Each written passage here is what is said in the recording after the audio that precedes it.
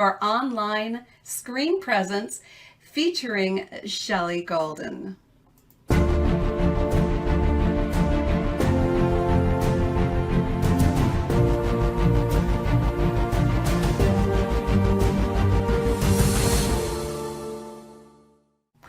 Hi everyone, I'm Virginia Parsons, your host, and thank you for joining us today because I know that your time is valuable. But we do have a wonderful discussion coming up with Shelley Golden. And before we get started with that, I would love it if you would help spread the word about this fabulous information about your online screen presence. So while I play the preview trailer, would you mind just helping let other people know about this if you think they might be interested? We'd love you to help us get the word out. So we'll get started with the interview in just a moment.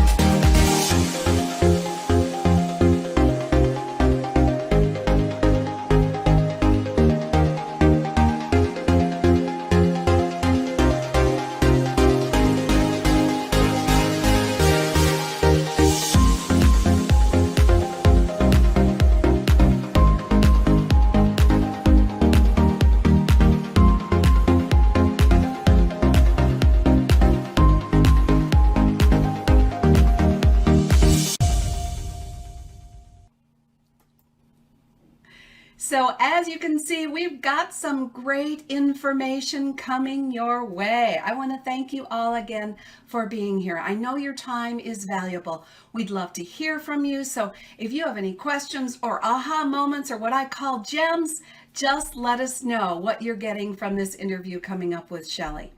Now, today's show is sponsored by hangout-marketing.com, where you can receive a complimentary live stream marketing assessment. Now, this assessment will only take you a couple moments, and it will just help you understand all the different ways you can use live stream video to brand, grow, and market your business. And you might even qualify for a complimentary Shine session with me where we'll go over how you can use live stream video to grow your business. So take advantage of that by texting pound success to 775-800-4179. Or if you're out of the country, all you have to do is go to hangout-marketing.com and you'll get the assessment there. Now, let me bring Shelley Golden in for you today. Now, Shelley is an amazing gal. She is a branding specialist. She helps you look great on screen, and she's going to be talking to you more about that in just a moment. So today it's about how to up-level your online screen presence. I know a lot of you are probably already jumping online, getting into meetings and that sort of thing. But maybe a few of the advice, a few of the ideas that Shelley's going to share with you will up-level things for you. So we're going to be talking about why enhancing your online presence is so important.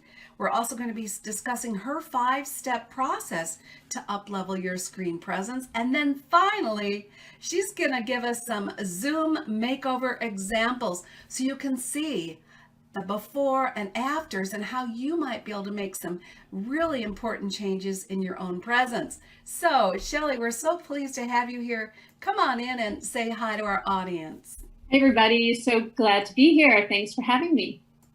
We love having you, Shelley, because this is such an important topic, isn't it?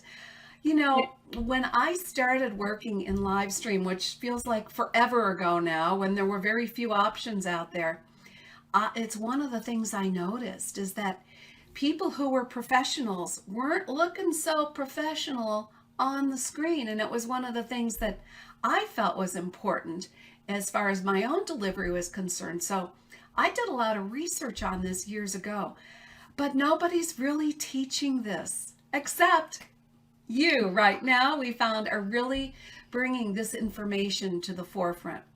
So before we get started on the online screen presence information you're going to provide, I would love to hear more about your background and tell me a little bit about how you went into brand strategy and how you started helping people. Were there any defining moments or any times in your life that made you really move from where you were to where you are today? We'd love to hear about that. Actually, it goes way back. I am fourth generation in the fashion and clothing business. My great-grandfather made fur coats in Russia. My grandfather had a men's clothing store. And weirdly, both my mom and dad were raised in the men's clothing business.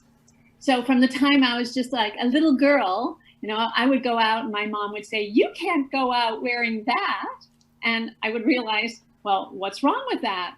And I quickly realized, as I was growing up, what I needed to do to please mom. But then I realized mom knew because she was the fashionista. And I quickly learned what works, what doesn't. I also studied textiles in college. And I always wanted to help people. Even I had a college internship. I think this was the turning point. And at a retail store in Houston. And for 1 week, I got to help the personal shopper. And I thought, wow, this is great. I could do this. And on and off throughout my entire life, this is what I've done. I've been a fashion consultant, an image consultant, and I love working with people to help them wear the right colors, wear the right shapes. And that's just what feels good to me. And so it's just something that I've always done. There wasn't a particular turning point in my life. It sounds like it's kind of in your DNA, literally. Yeah, exactly. I love hearing that, and also that you came from a line of furriers, as you said. That's fascinating. So we are in a phase right now that is so unique, as we all know, with the COVID crisis. And there's a lot of people that aren't even going to work. They're actually having to have their meetings at home. My son is one of them. He's actually been working from my house for the last 3 months because he can't go to his office and he can't get work done at home with all the kids. So all of these people are struggling with this new technology that many of them have not really been even that familiar with, Zoom being one of them. Let's talk to them for a moment about why paying attention to your online presence is so important, because I think people working from home are in a much more casual situation. They're not maybe necessarily getting up and putting a suit on every morning and all that kind of thing. So let's talk about why you think this is so important for people to pay attention to. The reason I think it's so important is because when you have your brand, the way you appear at work, people have a certain respect for you. They have a certain impression of how you work, how you live your life. Are you neat? Are you a slob? Are you super organized? Which of course translates into your work. And also the respect that people have for you. You don't want it to all of a sudden go down. Like, wow, as soon as they're not in the office, all they're wearing are torn t-shirts or, and so you want the respect to remain the same, if not grow a little bit during this difficult time. And what a lot of people don't realize, it's no longer just you. It's no longer just you. It's you, as I call it, in the box. And so it's almost like a painting. So it's you and how you look. people can see, are you in your kitchen? Are you in your garage? Are you in your bedroom? Are you in your living room? And they could see if you have a nice house, if you live in a dump. Not that you're saying you live in a dump, but they could see where you live. And you didn't plan to invite people into your home. That's just kind of what's happening. So it's really important that you and your background and your visual in the box is pleasing and non-distracting, so that you can engage more with your clients or your colleagues, that you can gain greater rapport, and of course, so you can increase your bottom line. And that's why we're all working. Yes, it is. And you make a really important point, that it is more than just the image. It is the whole environment that you're presenting when you're on a meeting. It is you in that box. Right. And the idea that, I don't think people have thought of this, so this is so important, Shelley, what you're saying, is that first impression, you get a couple seconds, and if you're meeting someone new in a meeting and you want to establish that respect, you've got to pay attention to how you look before you go on camera. That's just really vitally important. And one of the other things, of course, I teach is talking about connecting with the camera, because people are seeing you through that lens only.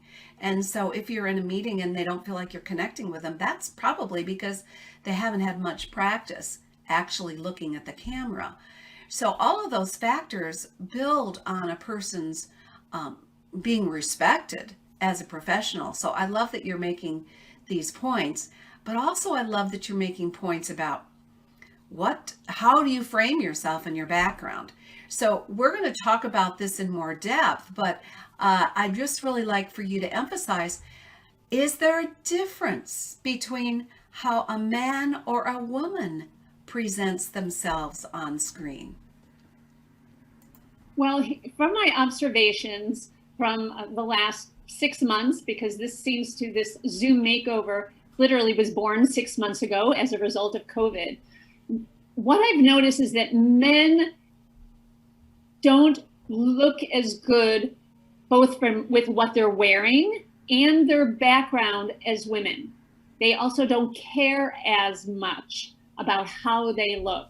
That's just my observation. And the second point is that women have the extra added bonus of putting makeup on.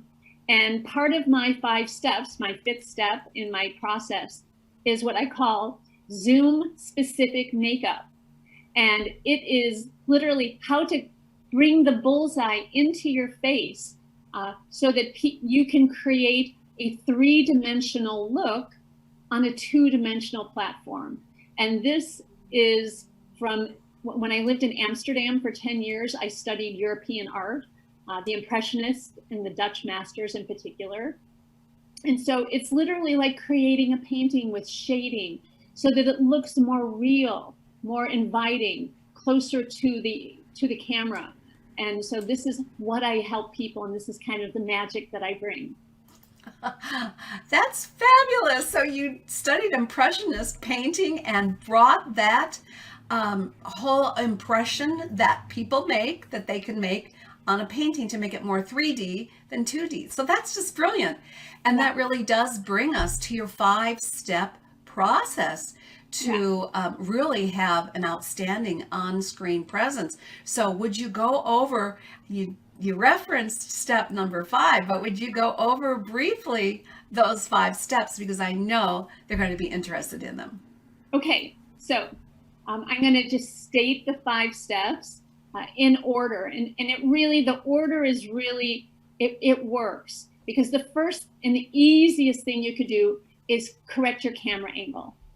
That's the first thing. You want your eyes in the top third of the box and a little bit of space above your head. Then lighting is the second step, which of course is one of the most important things, because that's the first thing everybody sees. People see if you're in the light or too much light. They see if you're in the dark.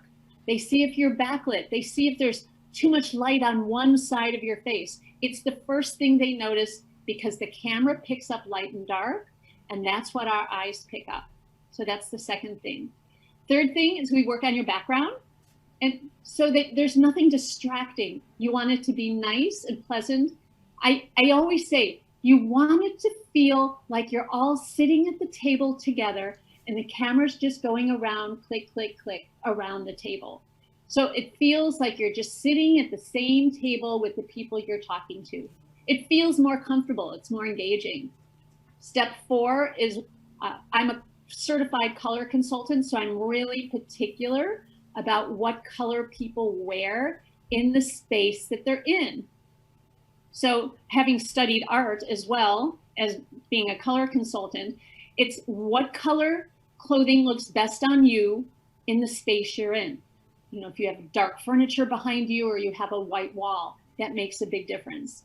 And then of course, the 5th step is Zoom specific makeup to literally help create a bullseye so that people can look at you, and it acts it's like a bee to flowers. Oh, there's some color over there. That's why the color of your clothing matters, and also the creating a 3-dimensional space on your face. I love that you said it's like a bee to flower.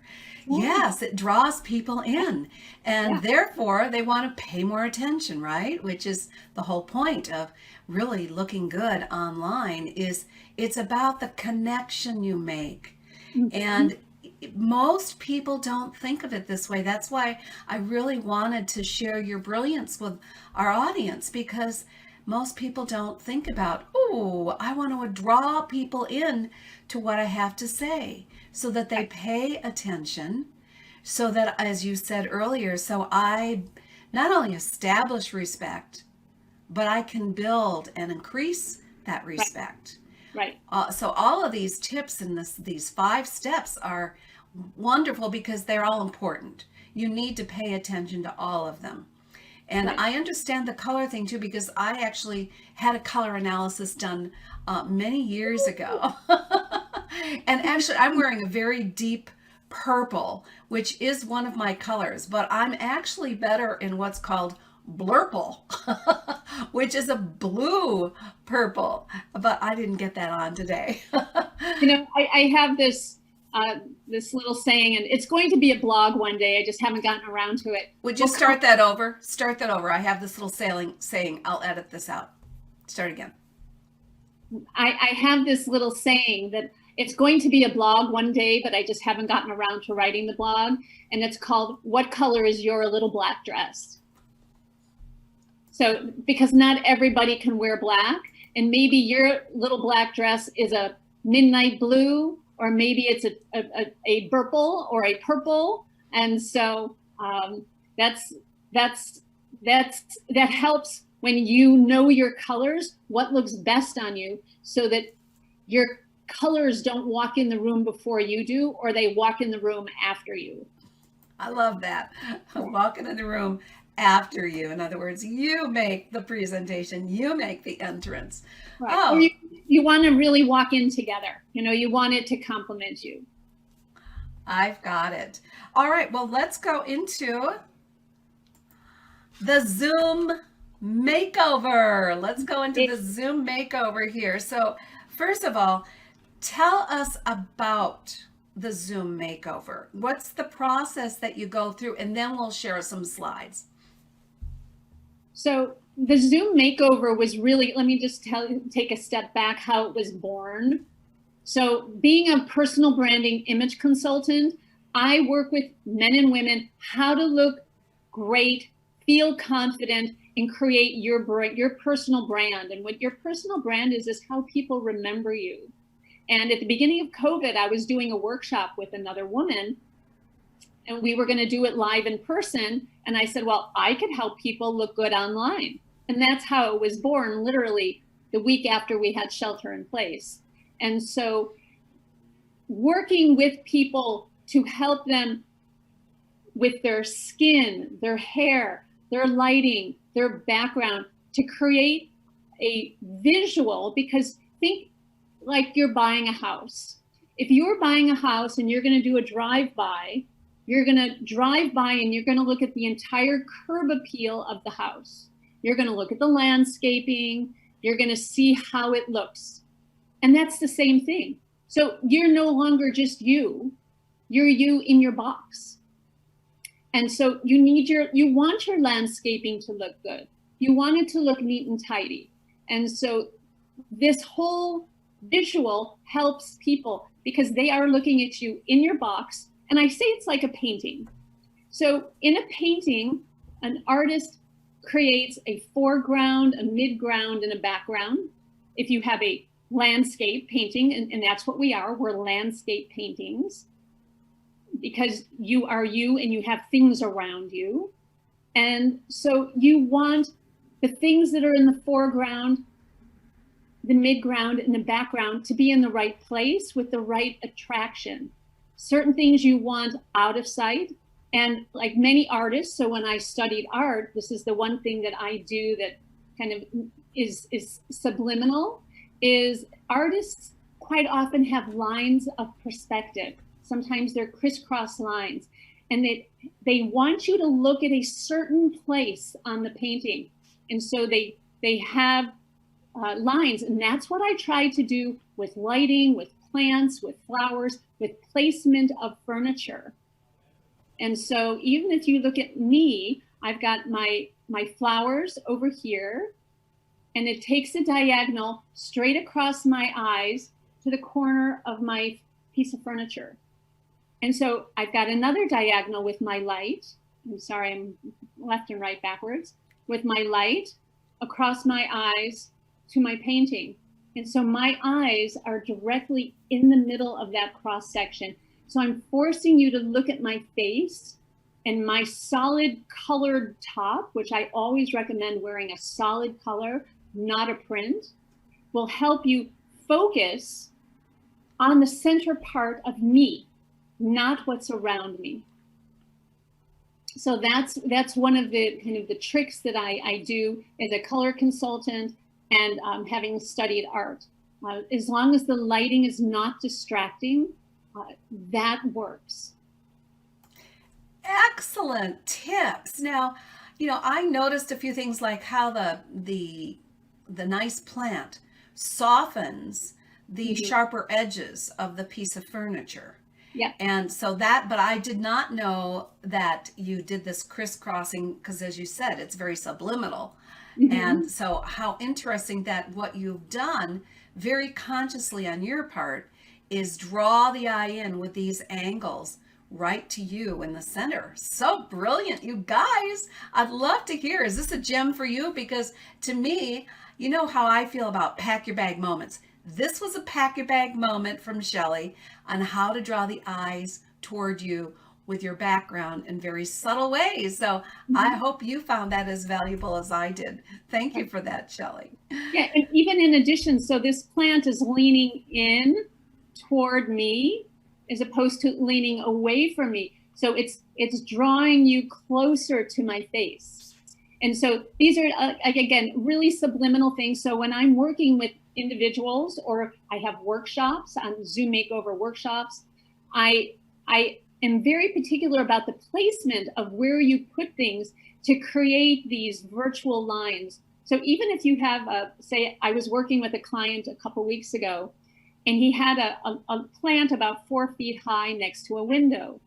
And so there was a taller part and a shorter part.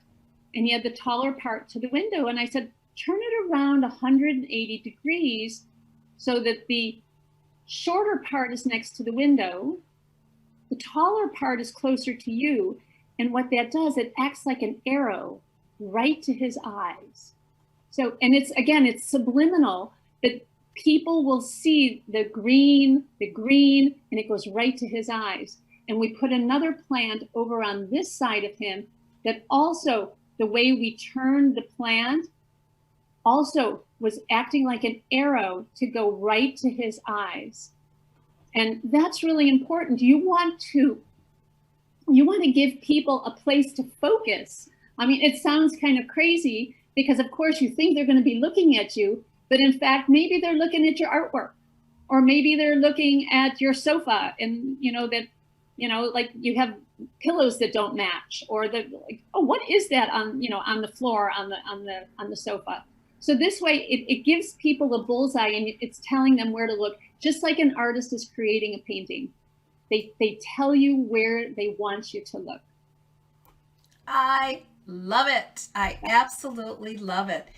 And, it is subtle, but you have made such an important point. It's that the subtleness means that it's not blatant, but you're actually getting the response you want, which is drawing people to pay attention to you and not what's going on in the background. The background is there. It's pleasant. It feels good just because how you're encompassed in it. But nobody's consciously saying, "Oh, look at how she's got that plant angled," or anything like that. Right, exactly. And so that's what I really try to promote, and also, so I also advise people in terms of their clothing, don't wear prints. So guys, this could be a little more challenging. Like even though there's so many plaid shirts out there, and most guys aren't going to be wearing jackets at this point, but you don't want a large pattern. You could have a small little pattern, but the reason I advise against a large pattern is because you're already in a pattern. Think of it that way. This is your pattern. So whether you have a plant, a piece of furniture, a sofa, so you want to be the solid color block in the middle that stops the eye and distracts the pattern from your box. And if you could wear a brighter color, I say no white and no black. So white, if you think of it this way, it's like a light. The camera picks up light and dark. So whatever is white will come to the foreground. And you don't necessarily want people to be looking at your white top before they see your face. So no white, and then black actually recedes to the background, and they won't be able to focus in on your face and your body. And the reason I like people to be able to focus in on your body with wearing a solid color is because it helps them with the nonverbal body language. So that's really important, because that's what we're missing in Zoom calls versus an in-person meeting, where you can feel people's body language and you want them to feel that. And it's a little bit fatiguing, the Zoom fatigue, because you need to be front and center all the time. If you lean a little bit to your right and cross your legs to the right, you look disinterested. Same thing if you cross your legs to the left on Zoom, where if we were in person, you wouldn't notice. Also, if I decided to sit back in my chair, which is 6 inches back, I've shrunk and I look disinterested, and it's more difficult to engage. So lean in a little bit. Just sometimes you want to make sure your back is straight up. You want a good chair. I recommend not sitting on the floor. Also, maybe you want a chair that has no arms, so that maybe you can spread your legs out to straighten your back up a little bit. But that's really important so that people can engage with you. I was doing a Zoom makeover the other day, and this woman said, "Wow, I feel like, we're just sitting at the same table having a cup of tea." And that was ideally what I wanted to hear, that it felt like we were sitting at the same table, so that you can increase your rapport and, of course, increase your bottom line and your personal brand. These are really, really powerful tips, Shelley. And I agree with you that all of those put together, just as you say, really up-level your presence and your ability to connect with the person on the other side of the camera. So they're really valuable. I want to hear from all of you. Put some gems down. What are you going to change? You can make these changes that Shelley's talking about right now. You can do it right now. This is not something you have to put off. I love tips and strategies, Shelley, that you can take home and apply in your own business immediately. And you have just provided so many for our viewers. So I want to thank you so much for that. Let's go ahead, and I'm going to bring up some before after makeover pictures, and I'd love to have you comment on those and what you saw that was a problem and what you did to correct it. So let me bring those up for you now. Okay, yes, they are. They're great before and afters. They really represent exactly like the wow, that makes a difference. So let's take a look at the one on the top. Um, it is a dark-haired woman, and the before is on the left, the after is on the right, and just kind of going through the 5 steps. So you could see immediately on the top one that we tweaked her camera angle. You don't want to look at the ceiling and you don't want to look at the floor. You want to look straight on into the camera. So that's also that you can sit ergonomically in the best possible position, and you're saving your spine and your neck, so you don't have to go to the chiropractor quite as often. So camera angle, we fixed that. Step 2, lighting. So if you look at that before, there's that incredible glare that was really, it was the first thing that you see, and it's super distracting. So I had advised her to put 3 pieces of printer paper together, and she taped it in that window to eliminate the glare. And what you can see, so the light is now the same color light passing through both windows. But what you don't see is that there's a 3rd window in front of her that she put, same small little high window, that she put pink construction paper in, like her kid's art project or something like that. And that created a peachier look on her skin. And it's nicer, it's more natural color. So I'm a big proponent of putting colored paper over lights. I'm a big Post-it girl. Post-its over lights change the color. Pink and yellow Post-its will help create a peachier skin tone. Additionally, she took this screenshot 5 days later because she ordered a small ring light that she put on her right. And you can see, at least now, that the light on her cheeks, left and right, is more balanced, coming from the window on her left and the little light on her right. We also cleaned up that table behind her, which was a mess. We went in her closet and figured out what clothing works for her in her space, because she was wearing a lot of light colored clothing, also she likes a lot of prints. And the prints were getting lost in the rails and the banister on the railing, because this is the space that she has designated. And we also put a little bit of Zoom makeup on, and you could just see, she just looks so much more engaging. And then I actually worked with her team of 120 people in 4 countries in assorted workshops in Malaysia, Japan, UK, and US. And so that is how I worked with that first woman. So that's great. And I just wanted to bring the view back to you for a moment, because they wanted to be able to see what you were commenting on. But also, while you're talking to people, I want to make sure you stay connected to them as well, because we don't want people to get lost in looking at just an image that's not animated. So that's my little 2 cents as to why I'm doing what I'm doing with you here today. So, okay, let's go to the second one then. Okay. And we'll bring that up and you can tell them about that. Okay.